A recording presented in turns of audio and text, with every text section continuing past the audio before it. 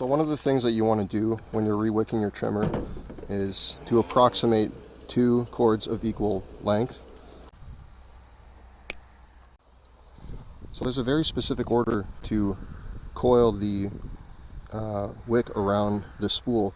If you start with the bottom, you'll overlap the top and you won't be able to put the second cord in. So you start with the top, you place it in. There are little grooves in here, as you can see. Poke them in the groove. Never run it forward, run it backwards to create tension so you don't lose your wick. You lock it into these top little grooves here. You want to make a nice clean cut so that they fit nicely, because you can see just the slightest deviation, the slightest fraying on the cable makes it harder. Coil that around. Place it into that little groove there. Now you see it's nicely placed there, so it's not going anywhere when you try to put it back in.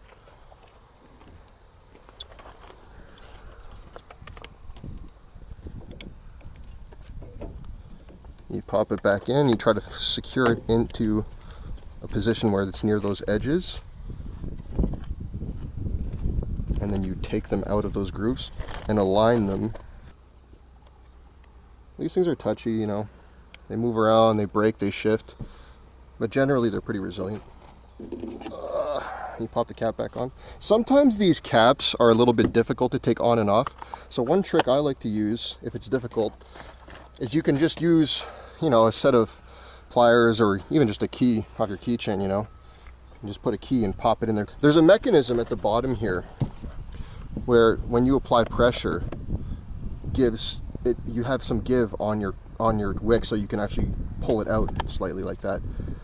But the way this is engineered is that you can also tap it on the ground lightly to release it. Starting a trimmer has certain oddities about it, certain peculiarities that when you're not used to are a little bit confusing at first, particularly because over time, with wear and tear, they all start to behave differently. It's very simple. It's a very simple procedure. There's a choke button here, which you may or may not need. If you place the choke, there's a mechanism on this particular Stihl trimmer that will lock it into place. And once you press the trigger, there's a safety here. Once you press the trigger, it will release this choke mechanism. Well, see, there we go. And so you cannot press the trigger while you're priming it. When you pull this cord, it may or may not start. And if it doesn't, you may need to choke it. There's also a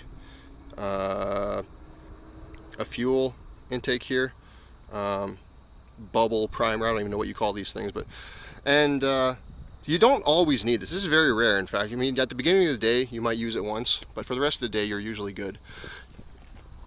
And essentially, you may need to, you know, give it a few pulls. But if you're not able to pull it without the choke, just place the choke and it should work.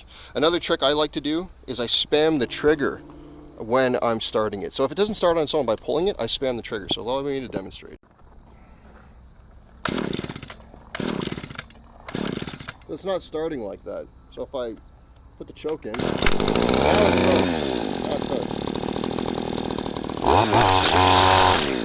starts. And this button will stop it altogether.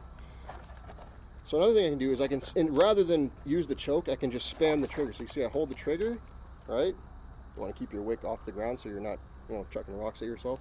Now it'll so those are 3 basic ways to start your trimmer. Generally, you won't have too many problems with it, but there's times when, you know, you might be at it, giving it, you know, 10, 20 tugs, wondering why it's not starting.